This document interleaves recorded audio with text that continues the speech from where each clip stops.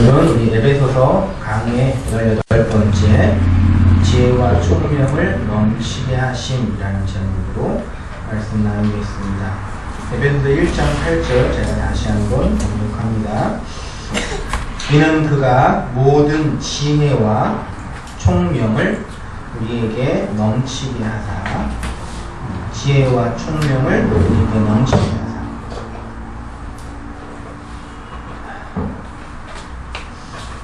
밑에 있는 헬라어는요 이렇게 한번 보시고요. 혹시 여러분 중에 굳이 평신도가 헬라어 히브리어까지 배울 필요 있겠냐 그러는데 안 배우셔도 돼요. 배운 거 다 까먹으셔도 돼요. 단어 안 외우셔도 되는데 그러면 저기 오후에 나누는 시간에는 알레비 뭔지 베트가 뭔지 기억하시면 되고요. 제가 타담으로 책을 지지난주에 60만원어치를 샀어요. 지지난주에. 그래서 아주 대행통 당했어요. 누구한테 당신이 지금 그거 할 때냐. 근데 그렇게 말도 안 되는 그 충동구매를 한 이유 중에 하나가 히브리어랑 헬라어랑 그 다음에 이제 성경 해석에 대한 좀 인사이트가 있는 책이라 그냥 이렇게 질렀어요. 질러서 그 말씀 히브리어 언어랑 헬라어랑 공부하면서 하나 배우고 있는데 그리고 오후에 나누는 그 언어로 배우는 성경 공부 그 알렙부터 그 타오까지 23장 하나하나 배우는 게 너무너무 중요하더라고요. 그래서 조금씩 제가 배우면서 성경에 이런 게 있었구나. 그러니까 조제신학적인 교리적인 성경 공부를 이제 여태까지 해왔었고 제가 그 다음에 성경신학적인 것도 이제 좀 해와고 있었는데 이제 마지막에 이제 그 히브리어랑 헬라어 원문을 이제 들이대면서 이제 원전의 깊은 의미를 좀 이렇게 파헤쳐 가니까 다르더라고요, 확실히. 그런 게 있어가지고 제가 일부러 절대 잘난 척 하려고 쓴 거 아니니까 비난하지 마시고 이런 단어 하나하나 기억하면서 어차피 신앙생활은 죽을 때까지 하실 거잖아요. 그렇죠? 성경은 한 책이고 죽을 때까지 할 건데 평생 읽어야 할 말씀을 조금씩 배우면서 이렇게 하나하나 배워가면은 나중에 여러분들이 이제 이렇게 40살 되고 50살 되고 60살 돼서 이제 다 권사하고 또 장로하고 그럴 거 아니에요? 혹시 해외로 간다고 또 선교사 갈 수도 있고 아무튼 이렇게 다 머리 늙어서 이렇게 있을 때 성경을 다 펼치면서 이렇게 그때 좀 비할 수 있어야지. 안 그러겠어요? 지금 어떤 권사님들처럼 교회에서 그냥 자기 자리나 쌓으면서 목회자 비난하면서 그러면 되겠냐고 차근차근 잘 준비해서 배워갈 거니까요. 부담 갖지 말고 우리가 그동안 너무 말도 안 되는 성경 공부와 성경 강의를 해왔기 때문에 저같이 이렇게 하는 사람들이 이상하게 느껴지는데 전혀 이상한 게 아니니까 높아지면서 잠깐 말씀을 드렸으니까요. 차근차근 보시면서 해보면 좋겠어요. 오늘은 에베소서 1장 8절에 여기 첫 번째 그 헬라어에 페리슈오라는 단어가 있거든요.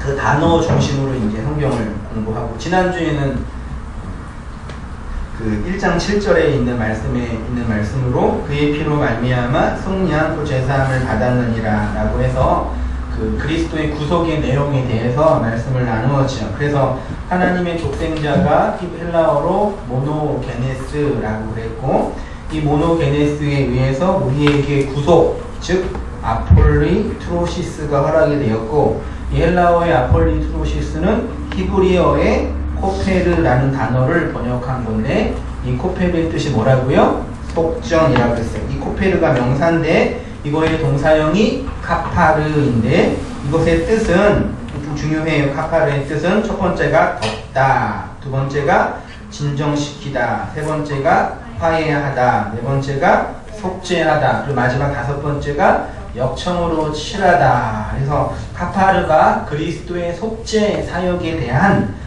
중요한 신학적인 얘기를 하고 있어요.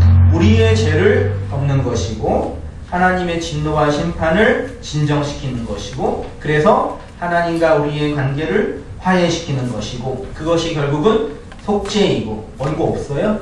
그러자면 내가 믿음이 적었구나. 주세요. 자주 나봐가지고 네, 십지일반으로 다음부터 좀 아드님께서 아들도 공부해야 돼 그러지 마세요.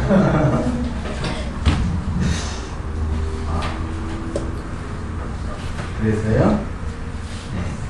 그래서 이제 하나님이 속죄 시키고 그 다음에 마지막 역정으로 칠하는 것, 역정으로 칠하는 것이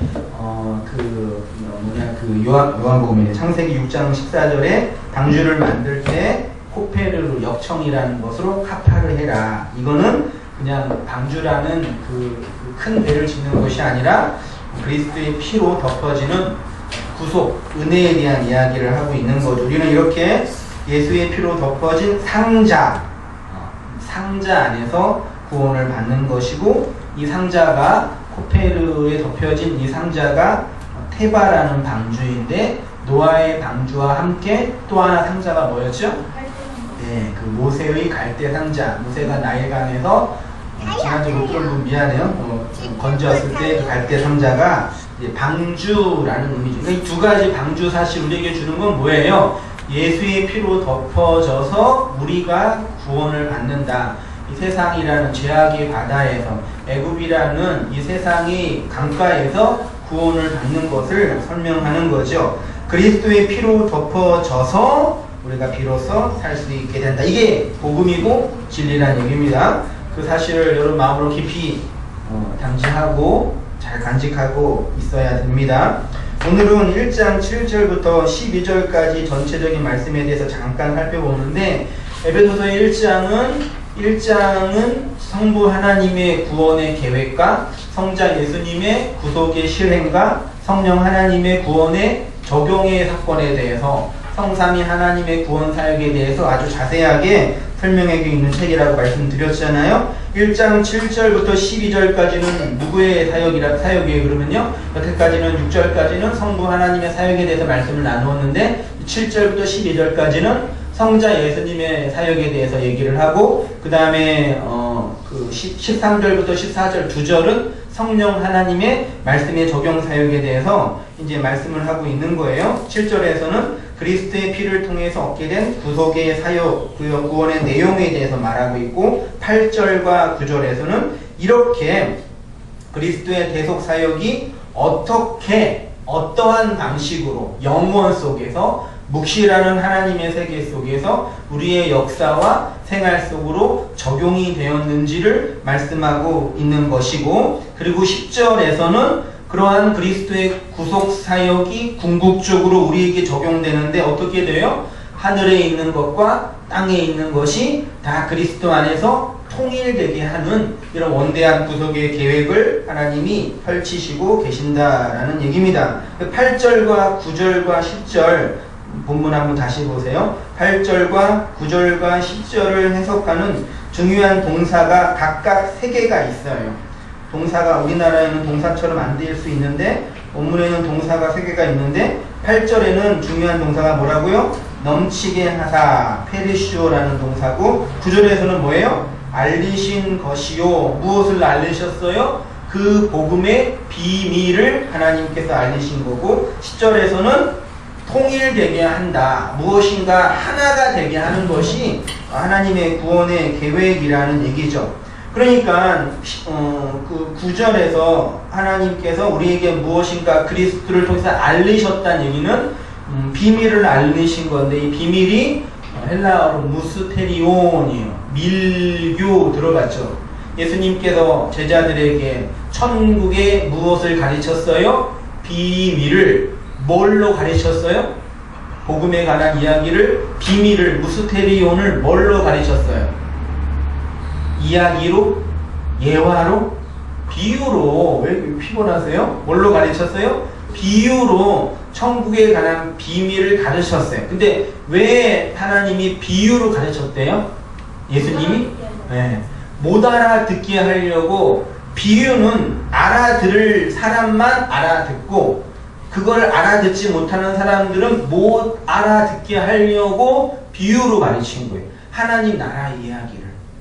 그래서 비밀이란 얘기예요. 그러니까 기독교의 복음은 특정한 사람들에게만 이해되는 비밀이에요. 무스테리온이에요. 그래서 그 비밀을 잘 깨달으려면 일정한 시간을 가지고 진지하게 말씀을 공부하는 과정들이 필요해요. 알겠죠?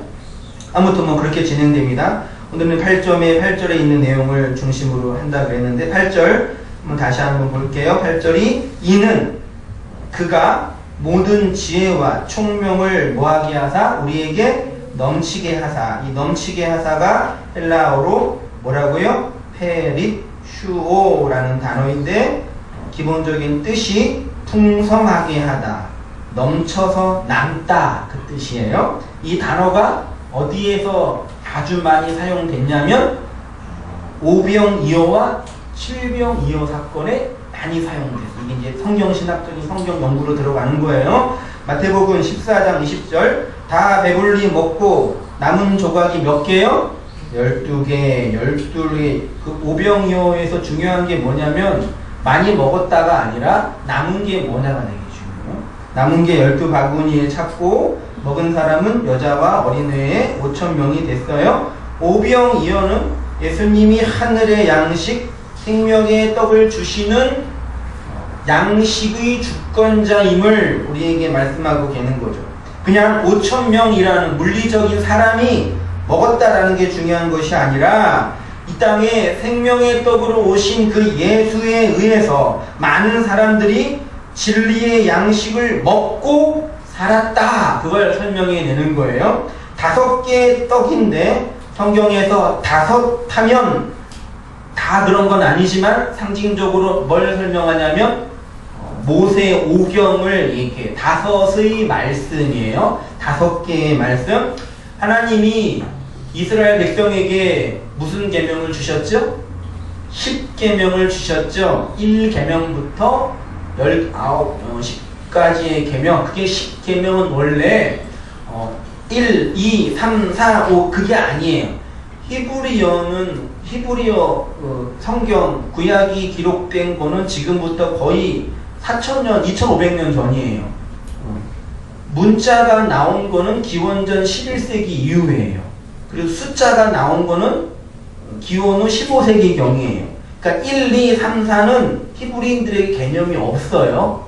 그 1계명, 2계명, 3계명 숫자가 아니라 하나님이 열이라는 완전한 계명을 주셨어요. 그러니까 0부터 9까지 수를 조합하면 다양한 숫자가 나오죠. 그러니까 그 10이라는 얘기는 딱 10계명이 아니라 하나님의 말씀을 주셨다 그 뜻이에요. 그게 10계명인데 그 10계명을 크게 뭘로 나누어요?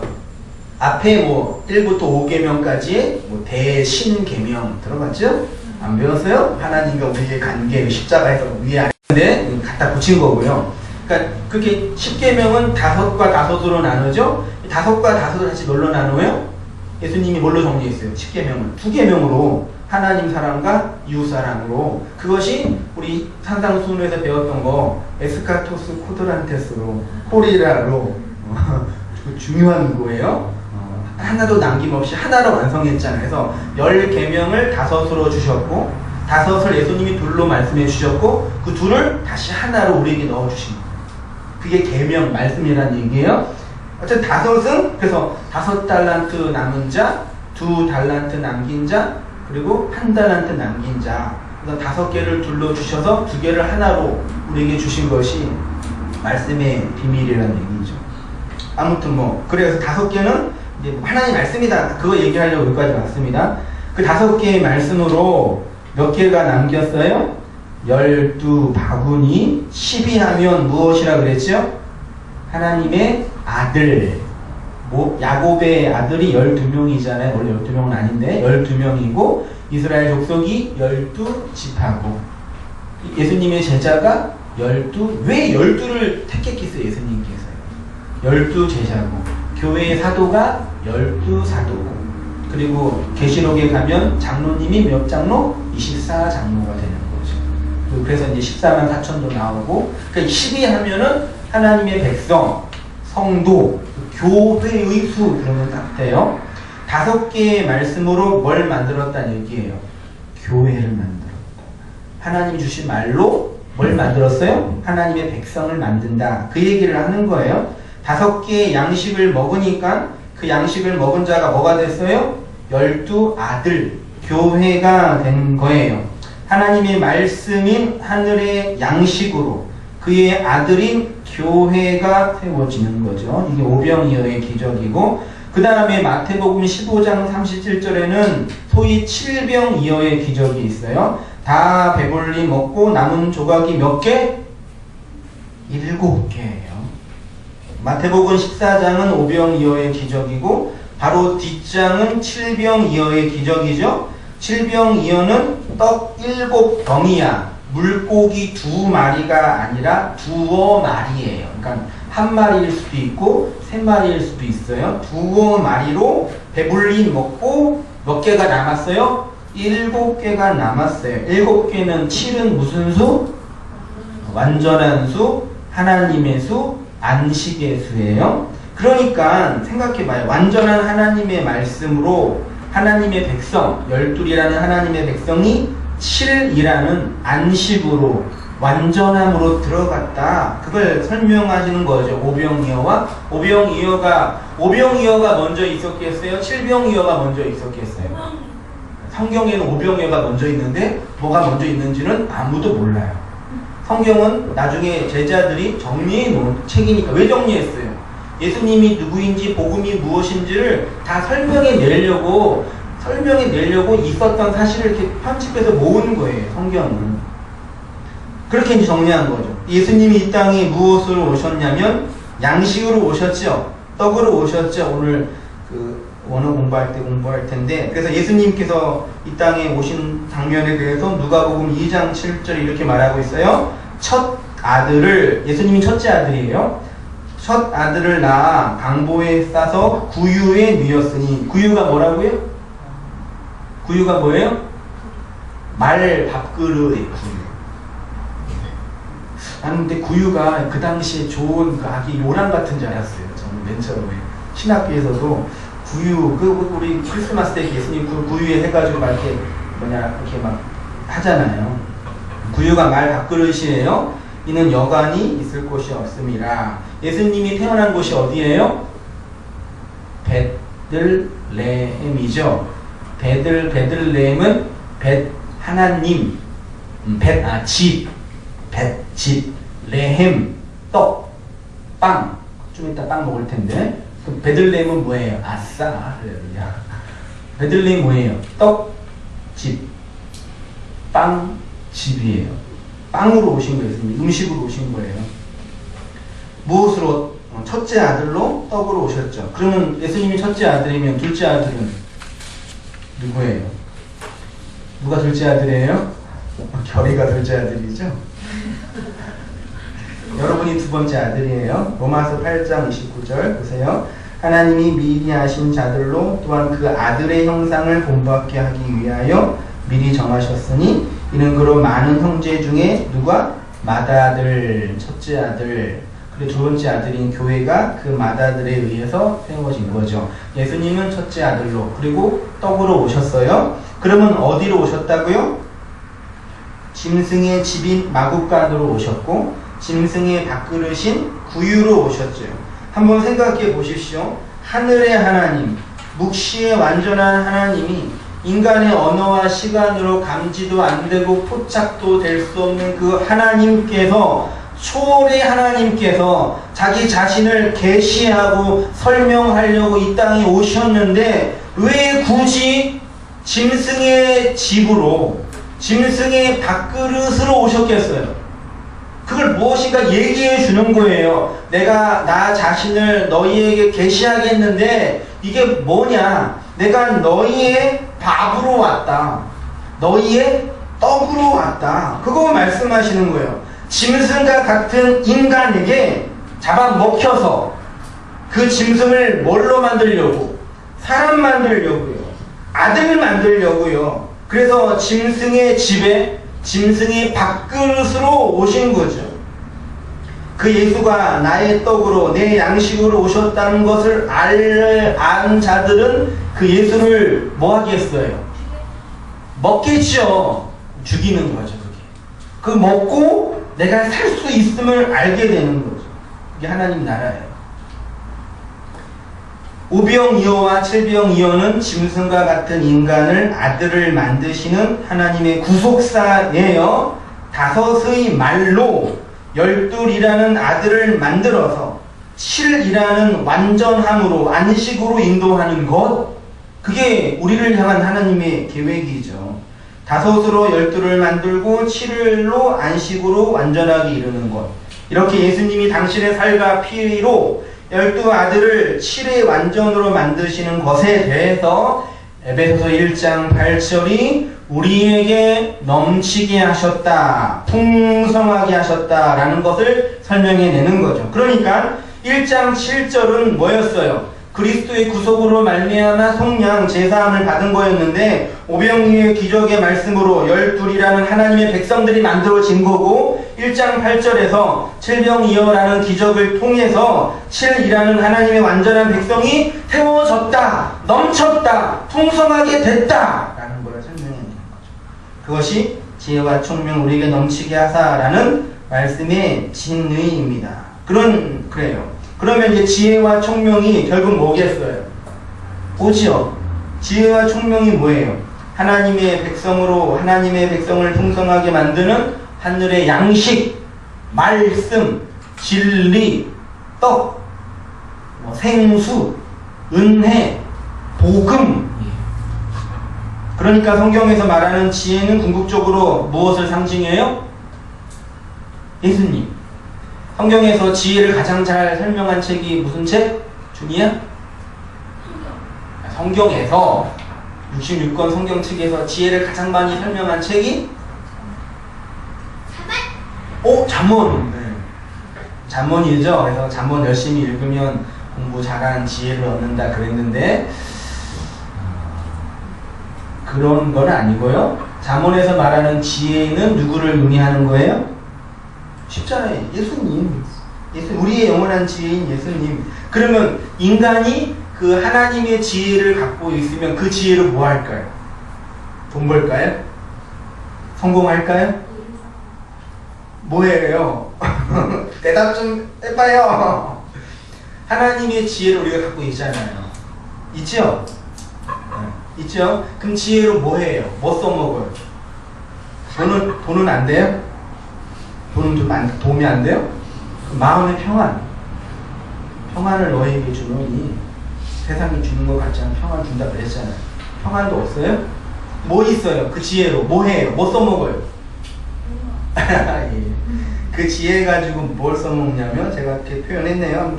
이건 줄 쳐보세요. 그래서 보이나요? 지혜와 총명 그 단락의 가운데쯤에. 그래서 성경에서 말하는 지혜는 다 어디로 동원이 돼요? 성전을 짓는데 동원이 돼서 지혜를 받은 사람들이 다 뭐 했어요? 성전을 지었어요.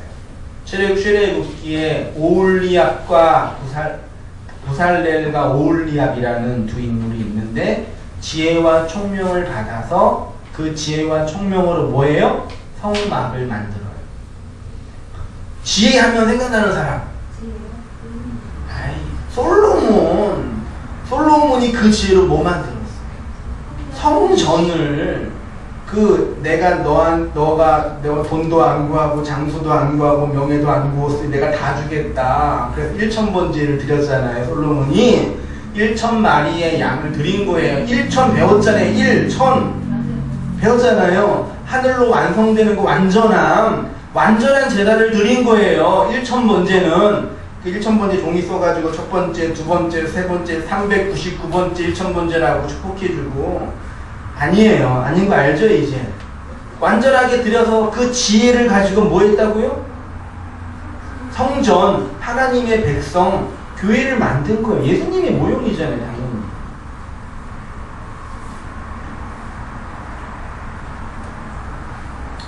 그래서 예수님이 그렇게 한 거죠. 그 예성도가 처소를 예비하러 가심, 하나님의 거하시는 처소가 됐어요. 예수님이 죽고 부활하여서 어디로 승천하셨죠? 하늘로. 승천하신 주님이 성령으로 오셨죠? 어디로 오셨어요? 본땅교회로 오셨어요. 어디로 예수님이 오셨어요? 여러분, 마음속으로. 그럼 예수님은 처소를 준비하러 가셨다 그랬죠? 그럼 그 처소가 어디예요? 여러분 마음이에요. 여러분 마음이 하나님의 집이에요. 그게 성전이에요. 그러니까 그 지혜를 가지고 하나님의 백성 성전을 만들어 가는 거죠. 그래서 우리가 하나님이 거하는 집이 돼가지고 하나님을 아버지로 부르는 거죠. 그래서 하나님을 우리의 아버지라고 해요. 처소, 하늘의 집이. 그래서 그 하늘의, 그 하늘들의 그 아버지. 그러니까 지혜와 지식, 총명이 결국 무엇을 만드냐면 성전, 하나님의 백성, 성도, 교회, 그 하늘들을 만드는 것이에요. 이 땅에 하늘의 씨를 심어서 이 땅이 하늘이 되는 거죠. 그래서 에베소서 1장 10절에 하늘과 땅을 통일되게 해놨잖아요. 하늘과 땅을. 우리는 이 땅에 있는 밭이죠. 마음밭. 씨는 하늘에서 떨어지죠. 그래서 하늘이 이 땅에 떨어져서 하늘의 밀이 땅에 떨어져 죽으면 그게 열매가 돼서 이 땅이 뭐가 돼요? 하늘이 되는 거예요.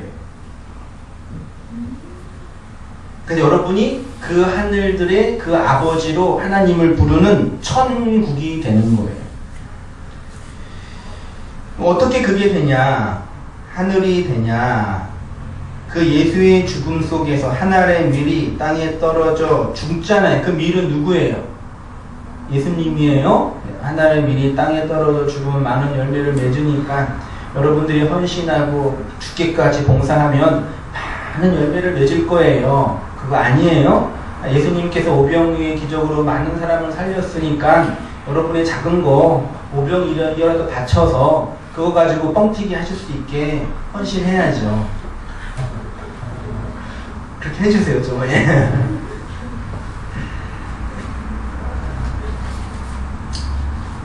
그 하늘의 씨가 이 땅에 떨어지면, 밭에 떨어지면 내가 죽는 거예요. 하늘의 씨인 예수가 내 존재를 부정하고 삭제해요. 그래야지 열매를 맺는다고. 땅을 죽이는 거라고요. 이해되죠? 씨가 땅에 떨어져. 그러면 씨의 에너지를 어디서 공급받아? 땅에서. 그 땅이 자기의 생명을 씨에게 헌납하는 거잖아요. 실제로. 그 땅이 죽는 거잖아요. 이해되시죠? 그렇게 예수가 우리의 마음이라는 땅에 들어와 우리를 하나하나 죽여가는 거예요. 빼앗아가는 거예요. 에너지를 다 이렇게 빨대 꽂고 다 뺏어가는 거예요. 그렇게 죽은 자가 그 씨를 받은 자이고 그 씨를 받아들이게 되면 내가 죽게 되죠. 그래서 여인의 자궁에서 난 자와 정자가 만나면 생명이 잉태되죠. 하늘과 땅이 만나면 하나님의 생명이 만들어지는 거죠. 모든 것에 진리가 다 있어요. 그래요. 예수님이 지옥의 역사 속에 짐승으로 살고 있는 인간, 그 인간을 살리기 위해서 짐승의 먹이로 오셨잖아요. 성경은 하나님의 루하흐, 생기가 없는 인간을 짐승이라고 해요. 잠언 12장 1절 말씀 밑에 각주 있죠? 한번 읽을게요. 훈계를 좋아하는 자는 지식을 좋아하거니와 훈계, 지식, 예수님이겠죠. 진리겠죠. 징계를 싫어하는 자는 뭐예요? 짐승. 하나님의 진리가 없는 자, 말씀이 없는 자. 잠언 30장 2절. 나는 다른 사람에게 비하면 뭐래요? 짐승이라. 왜요? 총명이 없기 때문이에요. 전도서 3장 18절. 내가 내 마음속으로 이르기를 인생들의 일에 대하여 하나님이 그들을 뭐 하신대요? 시험. 여기 시험이 테스트하는 것이 아니라 정결하게 하다 그랬죠. 정결하게 하는데 어떻게? 그들이 자기가 짐승인 줄을 깨닫게 하려 함이라. 인생에 당하는 일을 짐승도 당하나니 그들이 당하는 일이 일반이라. 다 동일한 호흡이 있어서 짐승이 죽음같이 사람도 죽으니 사람이 짐승보다 나음은 없대요. 뭐가 없을 때? 하나님의 루아 생기가 없을 때 짐승과 똑같대요. 그 짐승을 살리려고 예수님이 짐승의 먹이로 오신 거예요. 그래서 그걸 말씀, 양식, 진리, 복음. 예수님께서 내 살은 양식, 내 피는 음료예요. 그렇게 하늘의 양식을 먹었기 때문에 짐승이 사람이 되고 짐승이 아들이 되는 이야기, 스로보니게 여인의 이야기, 두 아들의 탕자 이야기 기억나시죠? 스로보니게 여인이 예수님이 너 개 그랬잖아요. 그러니까 나 개 맞아요. 그래서 뭘 자각했어요? 나에게 필요한 것은 자녀의 떡, 양식이에요. 당신이 나에게 양식 주세요. 그 얘기 한 거예요. 두 아들 탕자 비유도 마찬가지. 어디 갔어요? 돼지 우리, 돼지 집, 돼지 역사 속에 들어가서 뭐 먹고 살았어요? 지역 열매 그거 먹으면서 나 돼지네 이렇게 살면 안 되겠네. 뭘 생각했어요? 이 지겨운 돼지 생활 빨리 집어치우고 큰 돼지, 깨끗한 돼지, 돈 많은 돼지 되자 그랬어요? 이 좁은 이 돼지 우리 좀 넓은 아파트로 좀 이사 가자 그랬어요? 예쁜 옷 입고 아버지의 집, 그 집에 뭐가 있어요? 양식. 그 양식 먹으면 내가 아들 되는 거예요. 그거 배운 거예요, 거기에서. 그러니까 가끔 우리 준이랑 성경 공부를 하는데 우리 준이도 12년 신앙생활 했거든요. 만만치 않게 했어요. 강팍해 그래서요. 그래서 이제 공부를 하다가 준이한테 준이도 교회 많이 이렇게 거쳤으니까 참 목사 아들의 좀 장점이죠, 단점이죠. 두루두루 걸치면서 많은 설교자들의 설교를 들었죠. 많은 전도사님들의. 그래서 물어봤어요. 준이야, 네가 때까지 많은 전도사님의 전도 설교를 들었는데 그 전도사님과 네 아빠 목사의 설교의 차이점이 뭐냐? 그걸 물어보니까 우리 아빠 설교는 끝내줘요. 그걸 기대했겠지만 그게 아니고 아빠는 착하게 살라고 얘기를 안 한대요. 되게 놀랬어요. 내가 못되게 살라 그랬냐? 그건 아니에요. 많은 설교를 들었는데 12살짜리 설교를 들으면서 그 설교 항상 결론이 뭐예요? 본문 말씀 잘 듣고 예배 늦게 오지 말고 헌금 꼬박박 내고 11조 내고 성가대하라. 똑같지 않아요. 12살짜리한테 대하는 거랑 30살짜리 대하는 거. 그 또한 한 말이 아빠는 PPT를 안 보여준다고. 동영상 맨날 봤나봐요. 절대 동영상 안 보여준다고. 영어는 아직 복음을 알았는지는 모르겠지. 자기는 알았다고 그러는데 그래요. 이렇게 하늘의 양식을 먹은 성도를 성경은 무엇이라고 하냐면, 여러분 하나님 백성이죠? 아들 되죠? 여전히 돼지 우리에 살아서 지역 열매 없으면 못 살지만 어떻게 많이 보세요. 힘내세요. 아들이죠? 네. 그 아들을 성경은 뭘로 설명하냐면 양이라고 해요. 하나님 백성은 양. 예수님이 이 땅에 오신 이유도 그 양에게 생명 주시기 위해서 오셨어요. 그래서 그 말씀이 요한복음 10장 10절에 있죠. 도둑이 오는 것은 뭐 하려고? 도둑질하고 죽이고 멸망시키려는 것뿐이요.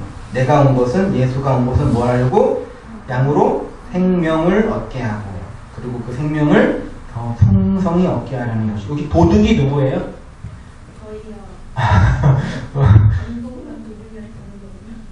도둑이 강도 맞아요. 강도가 뭐죠? 여러분에게 빼앗아가는 존재가 누구예요? 강도가 뭐예요? 예수님보다 먼저 온 존재가 누구예요? 네? 여기 이제 요한복음 10장에 공부하겠지만 나보다 먼저 온 자는 강도요 절도를 그랬거든요. 그럼 예수님보다 먼저 온 존재가 누구예요? 거짓 선지자.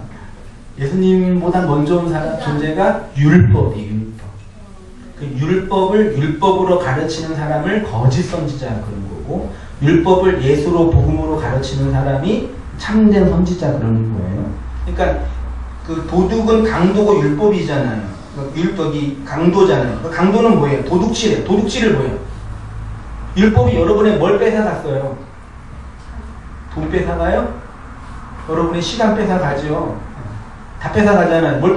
진리의 말을 뺏어가잖아요. 그래서 강도예요. 그 말을 뺏어가니까. 그 말이 없으면 죽으니까. 근데 예수님은 생명을 주려고 온 거죠. 그럼 반대겠죠, 반대? 그 진리의 말을 주겠죠? 여기에서 이제 더 풍성이가 그 페리슈오, 에베소서 1장 8절에 넘치게 하사, 요거예요. 같은 단어로 되어 있어요. 그러니까 한글 성경은 이런 부분에서 이제 거의 뭐 어떻게 할 수가 없는 지경에 놓여 있어요. 그러면 예수님이 당신의 백성을 진리로 풍성하게 하여서 뭐 하죠? 양을 풍성하게 살찌워서 어디다 써먹을까? 먹어요. 돼지고기. 수육해 먹어요. 양털도. 마태복음 10장 16절 우리 산상수 했던 거 공부했던 거 그대로 제가 얘기합니다. 어떤 분들이 있어가지고 보라 내가 너희를 보냄이 누구를? 양을 어디로? 이리 가운데로 보낸대요. 그러므로 너희는 뭐하래요? 뱀처럼 지혜롭고 비둘기처럼 순결하라. 예수님이 그 백성인 양을 어디로 보내신대요? 양 우리에서 끄집어 내가지고 천국으로 안 보내고 이리대로 보내는 거예요. 이리대로. 그러면 양이 이리에게로 가면 어떻게 돼요? 도시락이죠. 걸어다 하시는 거죠. 그러면 하나님이 양인 여러분들을 우리를 이리대로 보낸대잖아요. 그럼 뭐 하시겠다는 얘기예요? 우리 하나님은 그런 하나님이에요. 잘 생각해봐요. 예수님이 이 땅에 뭘로 오셨어요? 밥으로 오셨잖아요. 양식으로 오셨잖아요. 짐승 밥그릇으로 오셨잖아요. 그 뭐 한다는 얘기예요? 짐승인 우리에게 잡아먹히려고 오신 거잖아요. 그건 먹은 사람은 양이 된 거예요. 그 예수님과 똑같이 그 일을 하는 거예요. 그래서 예수님이 나를 따라오너라 그러는 거예요. 그러니까 내가 너희에게 양식이 된 것처럼 너희도 이 이리대 가운데 양식으로 살아라. 그게 복음이에요. 다음 주부터 아무도 안 하면 어떡할지 걱정이 되지만 우리가 하늘의 양식인 예수를 먹고 그 예수와 함께 죽으면 아들로 살지요. 그런데 어떤 사람들은 그 예수를 먹으면 어떻게 돼요? 심판을 받아요. 예수님의 십자가가 역사 속에 세워지니까 우편 강도와 좌편 강도가 나누어졌잖아요. 우편 강도는 구원을 얻은 하나님의 백성이 된 거고 좌편 강도는 심판받는 저주받은 백성이 된 거예요. 예수님이 언약이 딱 세워지니까. 그것처럼 예수를 먹으면 그가 양이 되든지 이리가 되든지 하는 거예요. 진리의 말을 여러분 다 잡아 이렇게 먹잖아요. 그 먹으면 자기가 양이 되든지 이리가 되든지 둘 중에 하나 된다고요. 무슨 말 이해되시죠? 여러분들이 그 말 진리를 가지고 여러분의 역사 속에 나아가서 이리 가운데 가서 이리에게 잡아먹히면 그 이리 중에 양이 될 이리가 있어요. 잘 들으세요. 그 이리 중에 거의 없겠지만 양이 될 이리가 있단 말이에요. 그럼 양을 먹으면 그 이리가 양이 된다고요. 그렇죠? 근데 거의 대부분은 양 먹고 자기 힘과 자기 에너지를 삼는 거예요. 그렇게 예수님이 먹고 살아난 자들이 예수님처럼 이 땅에 양으로 가는 거죠. 잡아먹힘으로 그들을 살려내는 거죠. 이게 예수님의 전도의 원리예요. 근데 보세요. 양이 이리 가운데로 가면 본능적으로 뭐예요? 네. 잡아먹히지 않으려고 도망 다녀요. 그래서 막 도망 다니는 거죠. 그래서 예수님이 뭐라 그래요? 내가 너희를 이리 가운데로 보내거든? 그러니까 뱀처럼 지혜로워. 이거 어떻게 이해했어요? 성경은 좀 상식적으로 봐야 되잖아. 이게 무슨 말이 도대체? 이해돼요? 네 양이에요? 양이 이리 가운데 갔어요. 예수님이 너 이리 가운데 가? 그랬어요. 근데 뱀처럼 지혜로워. 그 뭐예요? 잡아먹히지 마. 그거예요? 그렇게 난 이해했어요. 지혜롭게 양들을 잘 감화하고 교화시켜서 그들을 변화시켜라. 그거예요? 뱀처럼 지혜롭다는 얘기는 뭐냐면 뱀의 지혜가 뭐라 그랬죠? 뱀 하면 사탄이에요. 사탄이 맨 처음에 나타난 역사가 언제예요? 창세기 3장에 아담과 하와를 속일 때 아담과 하와를 어떻게 속였어요?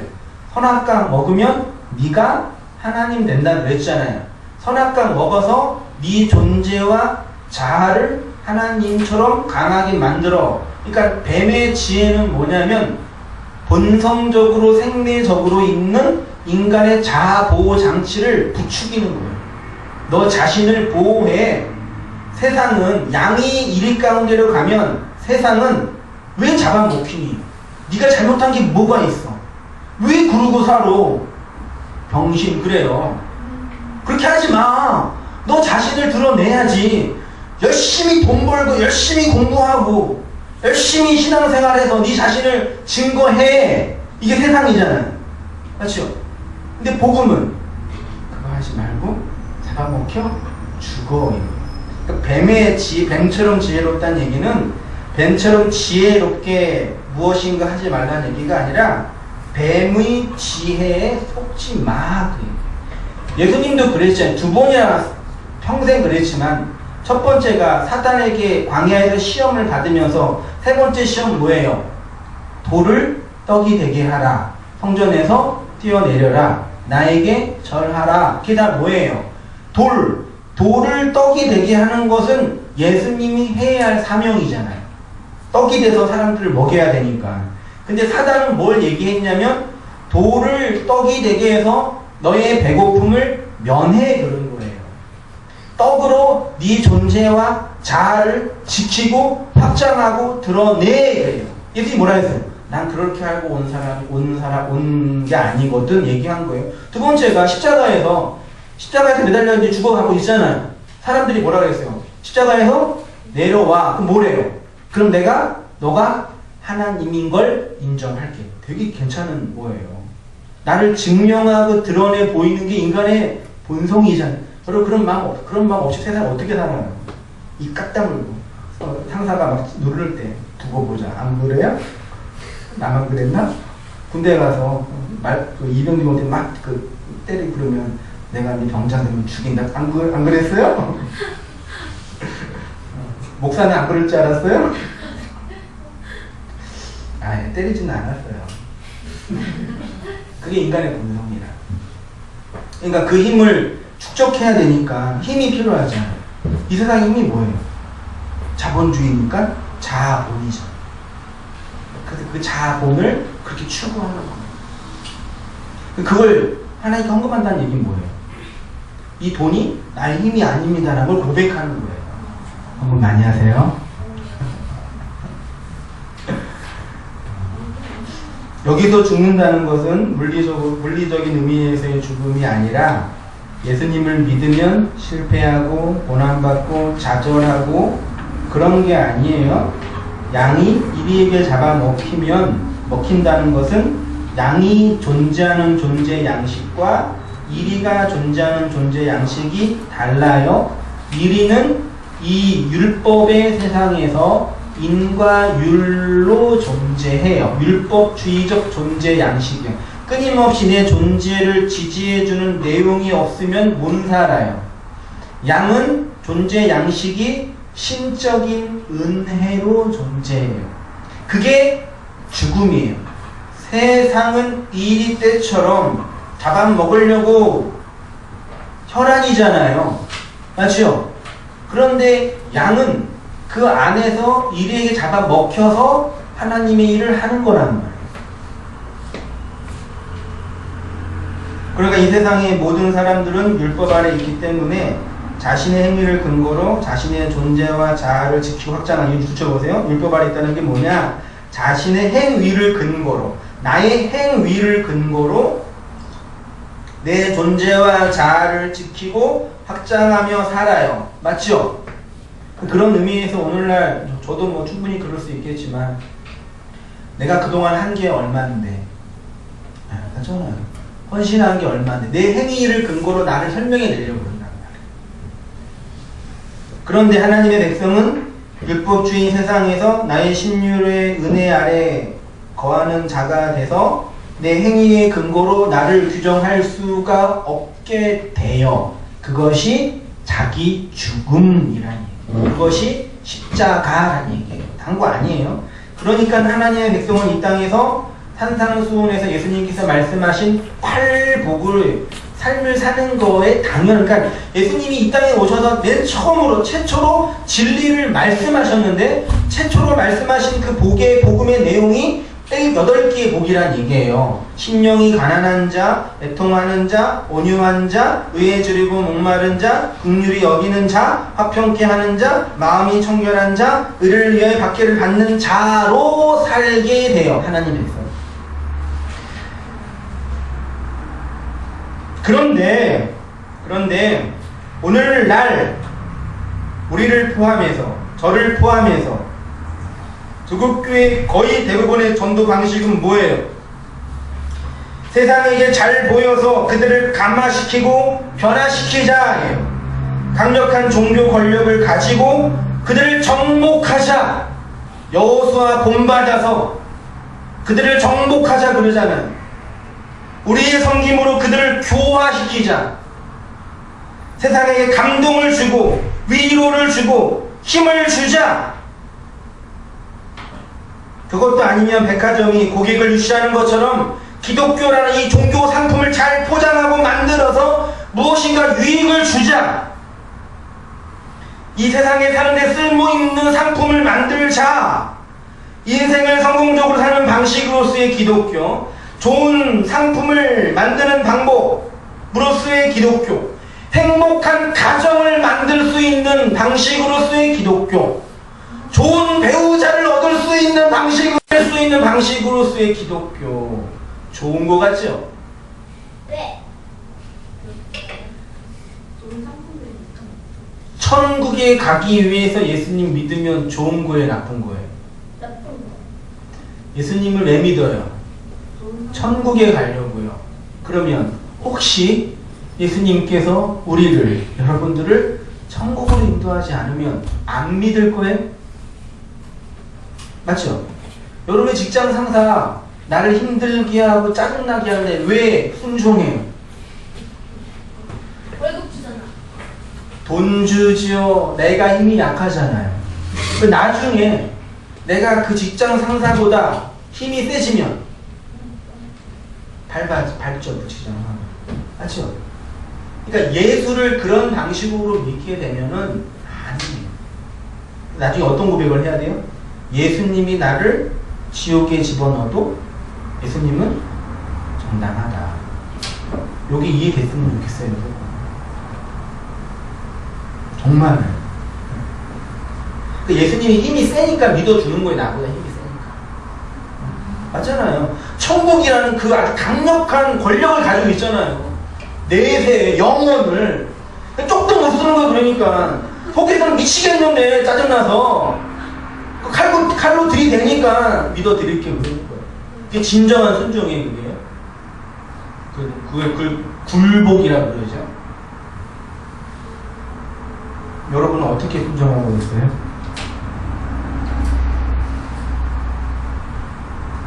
그래서 수천억 원 들여서 성전이라고 하는 건물을 짓고 다양한 효율적인 교육 프로그램을 만들고 사람을 자극할 수 있는 다양한 심리적인 기교를 부리면서 마치 이것이 기독교의 본질인 양 너스레를 떨지요. 성경을 강의하고 강론하여서 그 성경이 나를 발가벗기고 해체하여 죄와 악을 폭로시키게 하는 그런 신적인 사역 대신에 성경을 자기 입맛에 따라서 재단하고 필요한 본문만 사용해요. 그러니까 이렇게 사역하는 교회의 사역의 본질은요, 성경 강해가 바르게 진행되지 않아요.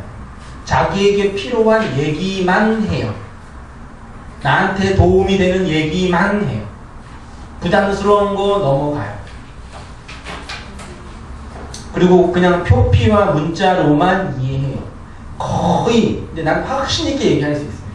거의, 얼마나 될지 모르겠는데, 하여튼 거의 대부분의 사람들이 이 범주 안에 갇혀 있어요.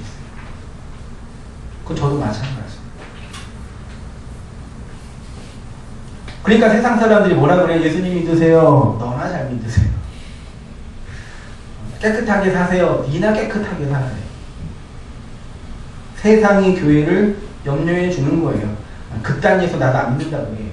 힘 부려서 폭력을 행해가지고 천국과 지옥 만들어 놓고 지옥으로 집어넣는 그 예수 안 믿는다고 해요. 난 거룩하게 순교하겠다고 해요. 차라리 안 믿고. 왜 그러냐? 이리에서 양으로 존재론적인 변화를 경험하지 못했기 때문에 그러죠. 그래서 오늘 조국교회가 선교의 대상이고 목사, 장로, 집사로 자칭하는 사람들이 선교의 대상이 되고 있는 거예요. 교회 안에 회심하지 않는 사람들이 거의 대부분이에요. 회심에 이를 수 있는 기회는 있겠지만 제가 볼 때는요, 한국교회 지금 선포되고 있는 설교 내용으로는 구원 못 받아요. 확신해요. 물론 이제 복음을 전하는 설교자가 있겠죠. 한승희 목사만 진리를 전하겠어요. 근데 지금 보편적으로 뭐 CTS나 기독교 방송이나 이런 데서 하고 있는 거는요, 소위 전파복음 들어봤죠? 전파복음이 뭐예요? 명동이나 종로 가면은 빨간 십자가 들고 예수 천당 불신지요 이렇게 앞에 두고 예수님이 당신을 죽었어요. 좋아요, 나빠요? 여러분은 그것도 안 하잖아 지금. 나쁜 사람들. 아빠도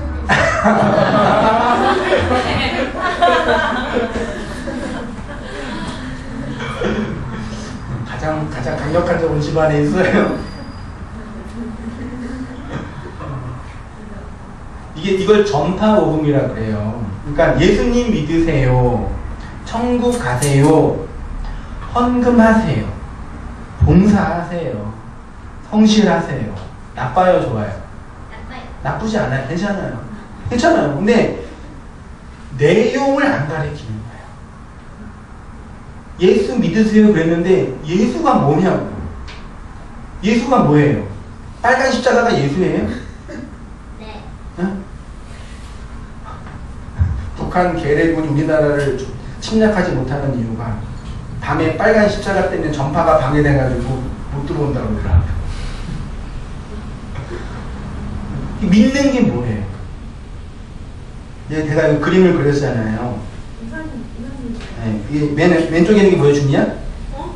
왼쪽에 있는 예수상. 예수상. 무슨 상?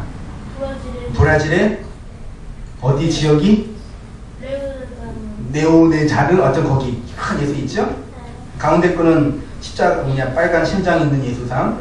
우측은 카톨릭의 어떤 게 진짜 예수예요, 여러분? 투표 한번 해볼까요? 이 셋 중에 어떤 예수가 진짜 예수일까? 어떤 게 마음에 드세요? 세 번째.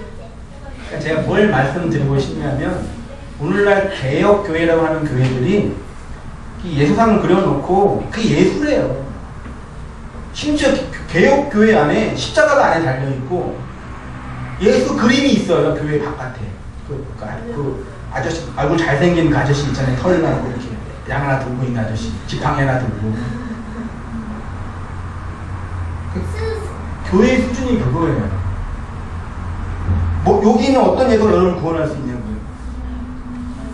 근데 지금도 이렇게 예수를 믿는 사람이 거의 대다수. 카톨릭은 예전에 그랬고 개신교는 이미 그러고 있어요. 지금 교회 안에서. 제가 말도 안 되는 얘기하는 거 아니죠. 충분히 상식적이죠. 그러니까 혼자 성경을 연구할수록 아주 끔찍해요. 저는. 무섭기도 하고 화도 나. 도대체 내가 신대원 들어가서 집어넣은 돈이 얼만데 거기에다 우리 집사람 생고생 시키고. 물론 많이 배웠어요. 한국교회 거의 대다수의 교회와 기독교인들이 이 범주 안에 갇혀 있어요. 양이 이리에게 잘 갈 때 잡아먹히지 않는 방법을 고안해줘.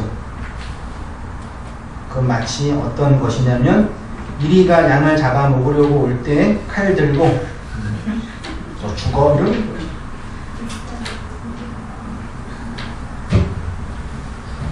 예수님이 우리에게 잡아먹혀서 우리가 산 것처럼 이리도 그렇게 해야지만 살 수 있어요. 여러분이 양이라면 반드시 이리였죠. 그리고 반드시 양을 잡아 먹었죠. 그래서 여러분의 집 속에 양의 피가 있는 거죠. 그래서 죄인이라고 하는 거예요. 먹었어요? 여러분, 일이에요, 양이에요?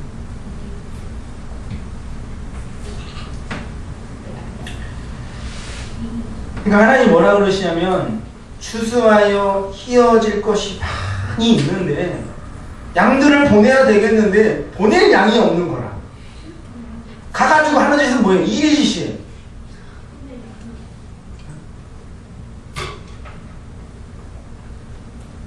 그거 정도 아니에요. 그렇게 잘하는 방법을 가르치는 사람들을 예수님이 이렇게 말씀하셨어요.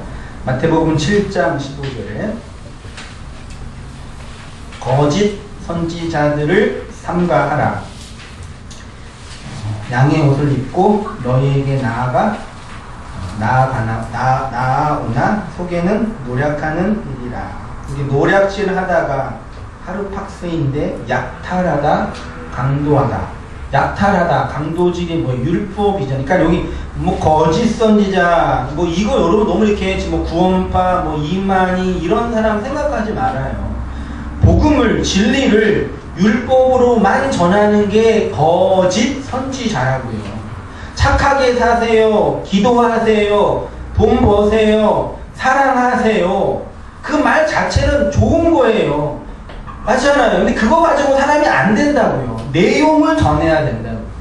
근데 사람은 그런데 복음의 진리를 알기 위해서는 그런 내용이 반드시 있어요. 그래서 거짓을 통해서 진리를 얻게 되는 거예요.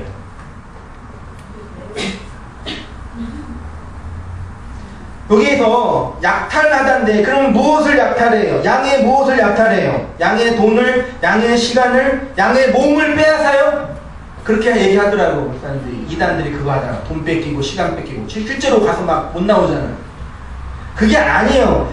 이단이 거짓 선지자가 약탈하는 건 뭐냐면 그 영혼에게 있어야 진리의 말을 빼앗는 거예요. 그게 죽음이라고요. 하나님의 루아흐, 영이 들어가야지만 생영, 살아있는 존재가 되잖아요. 근데 영이 못 들어가 있는 거라. 영을 뺏는 그게 약탈이라고요. 돈, 시간, 여러분의 몸 이거 다 없어질 거예요. 다 불타서 없어져요. 그 빼앗아서 뭐 어디다 쓰려고요. 근데 그 진리의 말을 빼앗아 버리니까 죽는 거라고. 그게 거짓 선지자. 그래서 예수님께서 그 당시 율법주의자들, 유대교 대다수였어요. 거의 99.9%였어요. 너희들은 강도다 그랬어요. 강도 아니었어요. 그 사람들. 여러분 그 바리새인들, 서기관 이런 사람들 얕보지 마세요. 어마어마한 사람이에요.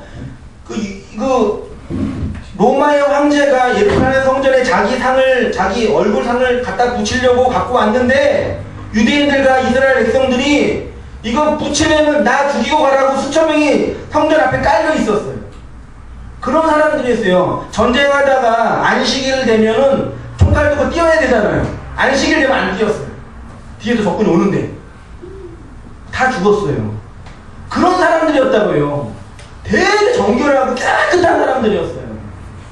근데 예수님 그 사람들은 뭐예요? 강도예요. 뭐했기 때문에? 영혼을 율법만 계속 가르쳤기 때문에. 왜 사람들이 이단에 빠지는지 알아요? 여러분, 이단에 빠진 사람들은 상처받은 사람들이에요. 그 교주에게 콕 가가지고 사기당한 거예요. 저도 그런 줄 알았는데요.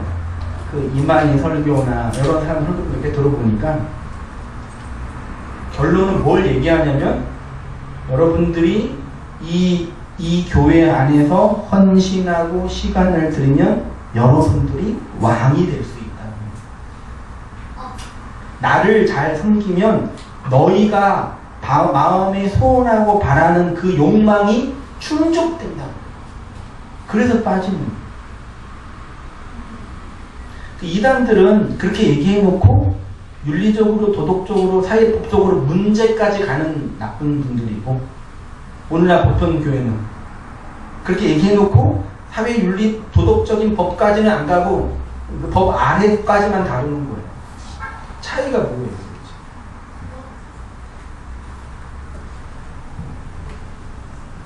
지금 구원파 그분들이 그 안성 구행에서 이렇게 있는 거랑 교회에서 성도들이 이렇게 있는 거랑 차이가 뭐예요? 우리가 이렇게 있는 거예요. 자기가 좋아하고 자기가 사랑하는 내 사랑하는 그 주님 섬긴다 거기 있는 거예요. 다 자기 욕망 구축. 그러니까 사람들을 끌어모으려면 그걸 해야 되더라고요. 끌어모으려면 이렇게 임팩트하게 감동도 주고 도전도 주고 책망도 해서 인간에 있는 욕망을 이렇게 부추기는 거예요. 한수희 목사님 반대만 얘기해가지고 걱정이에요.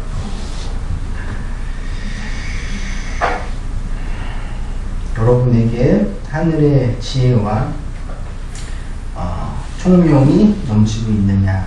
다섯의 하나님의 말을 통해서 12 이런 하나님의 아들이 되고 7이라는 안식 속에 거하고 있는지 한번 돌아보세요. 그리고 양으로 끊임없이 나는 내 존재와 자아를 지키고 보존하려고 사는 건지 아니면 이리로 양으로 주님과 함께 죽음 속에 있는 건지. 그래서 여러분 안 될 것 같죠? 한세희 목사는 양이에요, 이게 그러면? 내가 양처럼 이 세상에서 이 일이 세상에서 양처럼 살 수 있어야 못 살아요. 그게 다짐하고 노력한다고 될 영역이 아니에요. 그 예수님이 뭐라고 그랬어요? 사람으로는 안 되고 하나님만 된다고 했잖아요. 그래서 주님만 의지하고 주님만 의존하고 말씀을 추구하고 진리를 향하고 그게 되는 거예요. 그러니까 이게 뭐 내가 말한다고 이게 될 문제가 아니니까 여러분이 일이라고 너무 이렇게 자괴감 갖지 마세요. 자연스러운 거예요. 그치만 그 지향점을 알고 주님의 도움과 은혜가 아니고서는 내가 안 된다. 그거 알고 가는 사람들이 그리스도인이에요. 내가 내 힘과 내 노력으로 내 천국을 쟁취할 수 있는 건 그건 모든 종교예요. 성경은 그렇게 안 해요. 그래서 성도의 견인이라는 교리가 있는 거예요. 하나님이 나를 끌고 가신다는 거. 여러분 솔직히 해보세요. 여러분의 힘과 지혜로 천국에 갈 수 있다라고 하면은 누가 천국에 가요? 응? 내가 내 힘으로 이 목회 사역과 말씀 증거 사역을 할 수 있다 그러면 할 것 같아요? 안 돼요. 그런 영역이 아니라는 얘기예요. 그래서 다 해도 내가 한 일이 아니다라고 고백하게 돼요. 그치만 또 주님 의지하며 가게 되는 거죠. 그렇게 복음을 알고 살아가는 5단계 성도님 되셔야 합니다. 다음에 하는데 되셔야 합니다. 같이